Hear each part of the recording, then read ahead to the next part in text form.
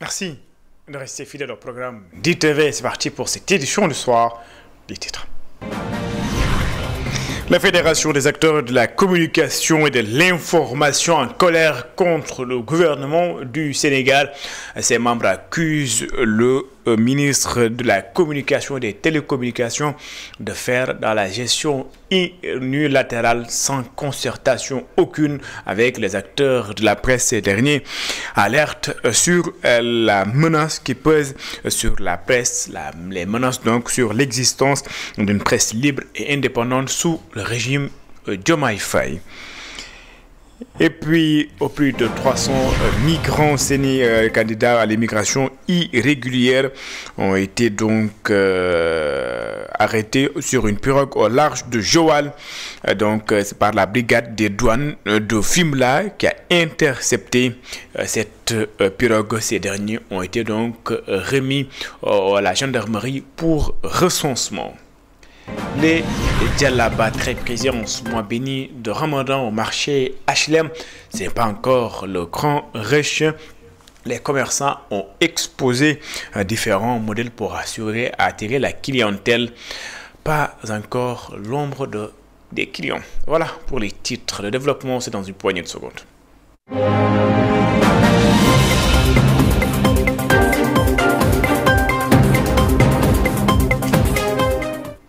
Bonsoir et bienvenue. La Fédération des acteurs de la communication et de l'information fustige de l'attitude des nouvelles autorités. Selon ses membres, le secteur des médias fait face à plusieurs difficultés depuis le changement de régime. Ils alertent sur l'existence d'une presse libre et indépendante. Mais avant cela, l'ancien ministre des Infrastructures, Mansour Faye, a été donc empêché de sortir du territoire national à l'aéroport international Blaise Diagne. Mansour Faye, qui était accompagné de son huissier, a constaté cet état de fait. Et selon lui, il ne se laissera pas faire. Il ira jusqu'au bout. Je vous propose de l'écouter. Aujourd'hui, j'avais un autre déplacement à effectuer à Abidjan. Donc pour un vol à 16h30, j'ai pris ma carte d'embarquement. Arrivé aussi au niveau du cordon policier, m'a encore signifié l'interdiction de traverser ce cordon. J'ai posé la question à l'agent de police, chef de brigade, qui m'a dit qu'il a reçu des instructions.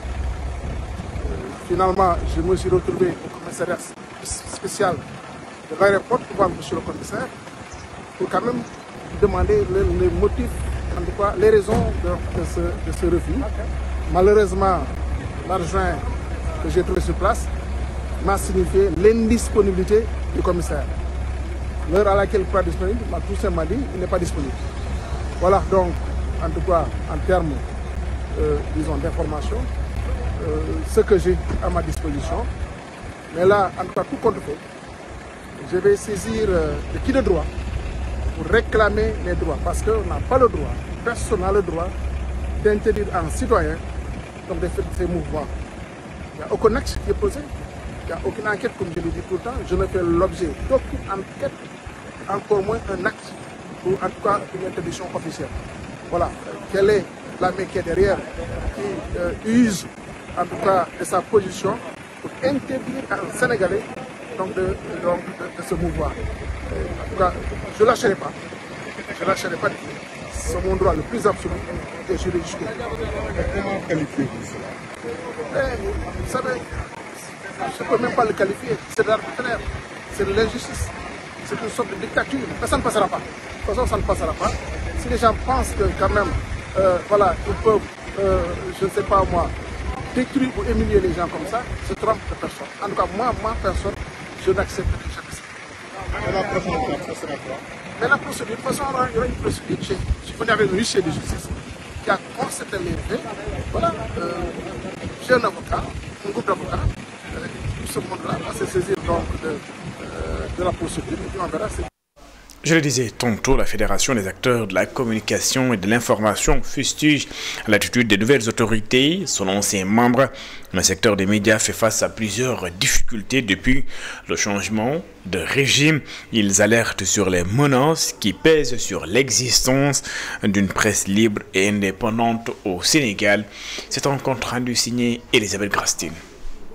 La Fédération des acteurs de la communication et de l'information du Sénégal dénonce ce qu'elle qualifie de gouvernance catastrophique du ministère de la Communication. Quand on coupe de façon unilatérale les contrats publicitaires, on suspend de façon unilatérale le paiement de la subvention annuelle d'appui au secteur des médias, sans aucune explication. Quand on refuse même de payer certaines prestations déjà effectuées par des entreprises de presse, tout cela participe à asphyxier le secteur. Pour quelles raisons? Allez savoir. Mais toujours est-il que cela, nous l'avons vécu avec le nouveau régime. À cela s'ajoute une gouvernance catastrophique du secteur par notre propre tutelle. La FACS a alerté sur les menaces réelles qui pèsent sur le secteur des médias, mettant en péril des milliers d'emplois. Sur les emplois qui sont menacés, sur les menaces qui pèsent, en tout cas que font peser un certain nombre de décisions prises par notre tutelle, sur l'existence même des entreprises de presse, notamment des entreprises de presse privées.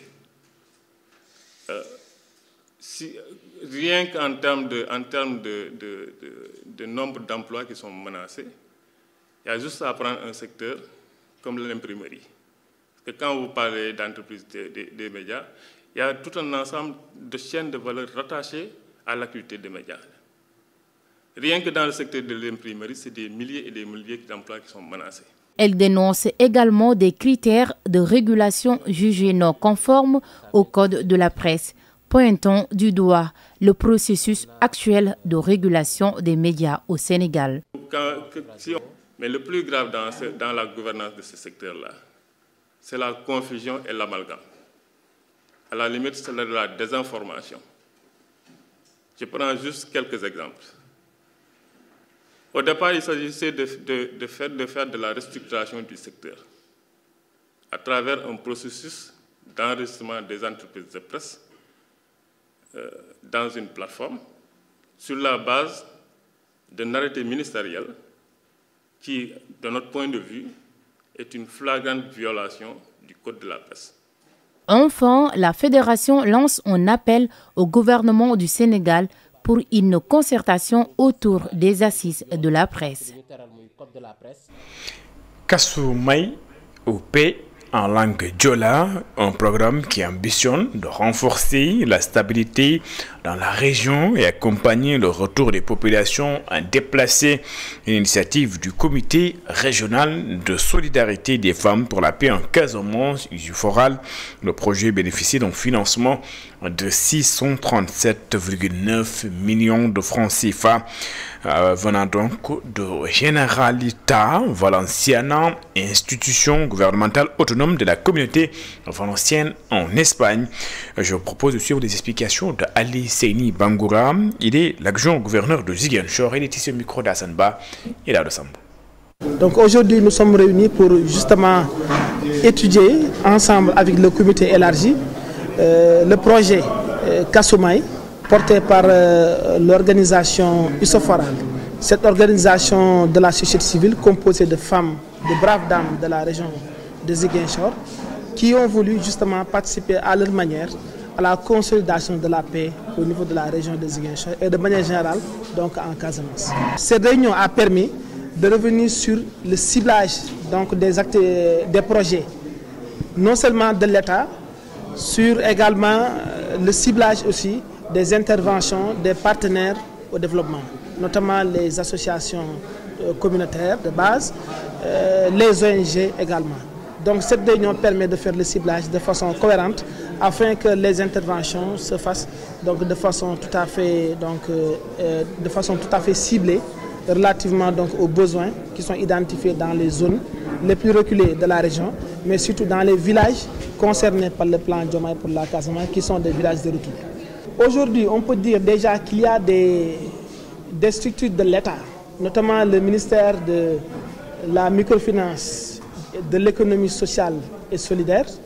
Nous avons également le PUMA, le programme d'urgence pour la modernisation des axes et territoires donc frontaliers, ainsi que également la délégation générale à la protection sociale et à la solidarité nationale. Tous ces programmes de l'État, toutes ces structures de l'État, on peut dire aujourd'hui qu'elles ont pris en compte les besoins, en tout cas des populations de retour, dans le cadre donc, du plan Diomaye. Et puis la brigade des douanes de Fimela a intercepté ce matin une pirogue transportant plus de 300 candidats à l'immigration irrégulière. Les passagers ont été donc débarqués sur les côtes de Joal et acheminés vers la gendarmerie de la ville pour un décompte et une identification. À l'embarcation transportait des personnes originaires de divers pays de la sous-région.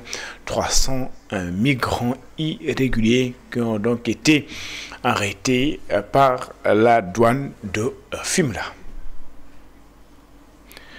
La 5e édition du Salon international de l'habitat, du logement et de la construction a été lancée hier à Diamniadio. L'édition de cette année sera couplée au symposium de l'ordre des architectes du Sénégal. Ce sera également une occasion pour des échanges sur les nouvelles politiques d'accès au logement de l'État. Je propose de suivre les explications de Maman Talandaou. Il est le secrétaire d'État à l'urbanisme et au logement. Il est ici au micro de Babacar Seck. C'est dans le cadre déjà de notre nouvelle offre en termes de programme, un programme d'accès au logement et la rénovation qui aujourd'hui a introduit énormément d'innovation en termes déjà de mobilisation foncière, de valorisation foncière parce que les programmes que nous avions l'habitude de voir, c'est des programmes qui n'offraient pas d'opportunité aux populations d'avoir accès au foncier, un accès aidé. Et cette fois-ci, nous avons vraiment un pilier important par rapport à l'accès au foncier pour permettre l'autoconstruction. Parce qu'il y a des ménages aujourd'hui, si vous leur octroyez du foncier avec un appui de l'État, ils pourront construire eux-mêmes. Et d'où, en tout cas, la nécessité de mettre un focus sur ce point, mais aussi tenir compte de la diversité de la demande parce que nous avons des profils différents, une demande diversifiée et ce programme-là met l'accent sur ce point de diversification des offres pour permettre à toutes les populations, toutes les catégories de pouvoir accéder, d'avoir accès à la propriété, de pouvoir accéder à un logement de qualité. Et c'est la raison pour laquelle nous avons intégré la notion de rénovation aussi urbaine parce que nous avons constaté dans nos villes, il y a des possibilités d'avoir beaucoup en tout cas d'opportunités qui nous permettent d'accès au logement mais aussi de l'amélioration du cadre urbain à travers la rénovation urbaine. La municipalité de Pékin-Ouest a donné le coup d'envoi de la phase 1 du projet 3FA Jigen Natangé. Le programme vise à accompagner et financer les femmes de la commune afin de lutter contre les violences économiques et promouvoir leur autonomie. L'initiative s'inscrit dans la dynamique des droits et de la promotion des femmes. Cher Diop est le maire de la commune de Pékin-Ouest. Il est interrogé par Mamoudou Lamine Fati et Cheikh Maguette Mbaye. C'est un projet qui a un objectif très ambitieux. Ce n'est même pas uniquement le montant donc des 100 millions, mais c'est plutôt l'aspect durabilité et pérennisation des investissements. Mais aussi faire de telle sorte qu'on puisse aider les femmes de façon conséquente à développer leurs activités, mais également à avoir plus de capacitation et enfin participer tout simplement au tissu économique local.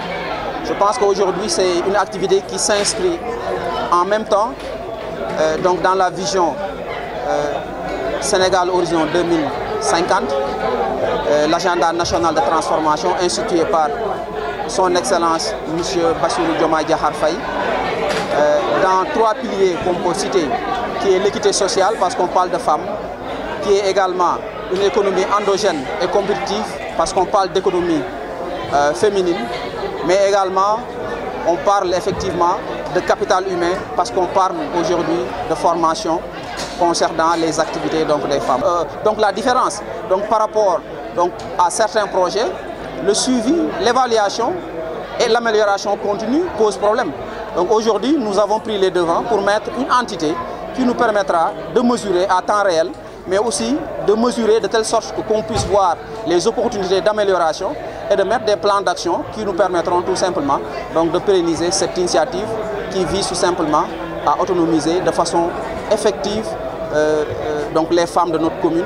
Mais la municipalité a pris l'initiative quand même d'absorber en tout cas ces coûts-là et de faire de telle sorte que la somme qui sera payée par ces groupements de femmes-là seront les sommes qui sont effectivement empruntées. Je le disais en titre, les djellabas très prisés. En cette période de Ramadan, au marché HLM, les commerçants proposent différents modèles pour attirer la clientèle, mais ce n'est pas encore le grand rush. C'est un sujet de Aram Fandaou et de Moussadia. Au marché HLM, détenus comme les abayas, les kaftans et les robes longues pour la prière constituent le décor dans les ruelles de ce lieu de commerce. L'habillement en période de Ramadan fait aussi partie des aspects à revoir pendant la journée pour se conformer aux exigences de la religion. En pleine collecte de vêtements achetés, Saloussi, revendeur d'habits, change de collection chaque Ramadan pour satisfaire ses clients. Je suis venu acheter des djellabas pour les revendre. Je sais que cela va marcher. Les gens en achètent durant le Ramadan. On a même des commandes. Ibrahim Faye, marchand ambulant, opte pour les djellabas parce que selon lui, il y a plus de bénéfices que les autres marchandises durant le Ramadan. Les femmes préfèrent porter des abayas que les autres robes durant le Ramadan. Les Maliennes, les Gambiennes et même les Guinéennes les achètent. Elles sont plus sur le marché pendant le mois de Ramadan. Le changement de style vestimentaire, particulièrement chez les femmes pendant le Ramadan, est avantageux pour les commerçants, même si le contexte économique est difficile pour les clients. Baïdi Sirekan est un vendeur de vêtements arabes. Période de Ramadan, les musulmans changent de style vestimentaire. Ils prennent les abayas et les robes Dubaï. Les femmes ont vraiment changé côté habillement. Mais ces dernières années, notre chiffre d'affaires a vraiment baissé. Le mois de Ramadan, considéré comme un moment de piété par les musulmans, est souvent marqué par le changement de tenue au quotidien. Si certains optent pour les tenues traditionnelles, d'autres par contre choisissent de porter des habits venant des pays arabes. Aram Fandaou, dans le cadre de la révision de la loi d'orientation agro-silvo-pastorale, les acteurs réfléchissent sur les méthodes de maîtrise du financement pour assurer une souveraineté alimentaire. Des propositions ont été faites pour un meilleur accompagnement des autorités aux agriculteurs. Et c'est Rasti. Cette concertation sur le financement de l'ASF et la gestion des risques tourne autour d'un enjeu majeur, la maîtrise du financement. Et vous savez que tout ce qu'on est en train de dire aujourd'hui sur la souveraineté alimentaire ne peut réussir que si on maîtrise le financement. Or, quand on écoute le nouveau régime, la question qui se pose, c'est où se trouvent les ressources. Et il y a deux dimensions. Une dimension, c'est le volume. Est-ce qu'on a suffisamment d'argent? Beaucoup répondent oui, mais le problème, c'est que l'argent qui est disponible n'arrive pas aux destinataires finaux souvent. Et souvent, c'est dispersé. La manière aussi d'y accéder n'est pas facile. Donc, c'est toutes ces considérations que nous essayons de voir avec le ministère des Finances, le ministère de l'Agriculture, mais aussi le ministère de l'Environnement et de la Pêche. À l'issue de cette concertation, l'attente urgente est de rencontrer les autorités politiques. On a fini les concertations avec les acteurs, comme je le disais. On a fait toutes les régions du Sénégal. Ce qu'on attend aujourd'hui, c'est d'aller, en tout cas c'est au niveau de l'autorité politique qui pourrait fixer la date pour rencontrer les organisations paysannes et en tout cas des éleveurs, des pêcheurs, pour qu'ils puissent discuter avec eux sur les décisions à prendre. Et c'est ça que la loi prévoit. Malheureusement, quand on a fait le bilan, on s'est rendu compte que cette rencontre n'a jamais existé depuis 2007. Et aujourd'hui, l'enjeu, c'est de comment arriver à cette rencontre. Et cette rencontre, elle est prévue incessamment, donc c'est l'autorité qui devrait la fixer. Après avoir magnifié la tenue de cette rencontre et souligné son importance, Nazir Ossal, président du CNCR, Conseil national de concertation et de coopération des ruraux, appelle les autorités à un plus grand soutien aux cultivateurs en matière de financement. Ce qu'on poserait comme débat, c'est de voir en quoi et sur quoi on devrait réfléchir au Sénégal ensemble pour rendre l'argent plus accessible aux exploitations familiales sénégalaises. Et les coûts deviennent moins chers en termes de taux d'intérêt. Une assurance agricole plus variée est moins coûteuse pour le producteur. C'est sur ça qu'on devrait faire le focus pour arriver à la transformation de notre agriculture. Après avoir abordé des thématiques telles que l'agriculture et le pastoralisme, entre autres, ce tour d'horizon sur le financement a mis en évidence la nécessité d'une rationalisation pour atteindre la souveraineté alimentaire. Et puis, un mot de sport dans cette édition avec cette triste information, le décès du lutteur Mam Ndiambane qui a tiré sa révérence aujourd'hui. Mam Ndiambane, ancien couloir des arènes, donc a tiré sa révérence. Il n'est plus Mam Ndiambane, donc qui quitte ce bas monde, ce champion de la lutte sénégalaise, laisse derrière lui un immense héritage des victoires, des conquêtes et souvent des défaites. Nous parlons en football à la rencontre ou à la connaissance de ces nouveaux visages de l'équipe nationale du Sénégal. Ils sont 6. Ils vont donc arborer et porter le maillot de l'équipe nationale du Sénégal dans le cadre de la double confrontation avec le Togo et le Soudan le 22 et le 25 mars prochain. Le sélectionneur de l'équipe nationale du Sénégal, Pape Bounama Thiaw, a fait confiance à ces 6 binationaux. Il s'agit d'Assane Diao, de Yann Diouf, de Ilaï Kamara, d'Antoine Mendy, de Cheikh Tidiane Niasse et de Richard Sagna, sociétaire de l'AS Douanes en Ligue 2 sénégalaise. Je vous propose donc de suivre cet élément signé Tidiane Sy.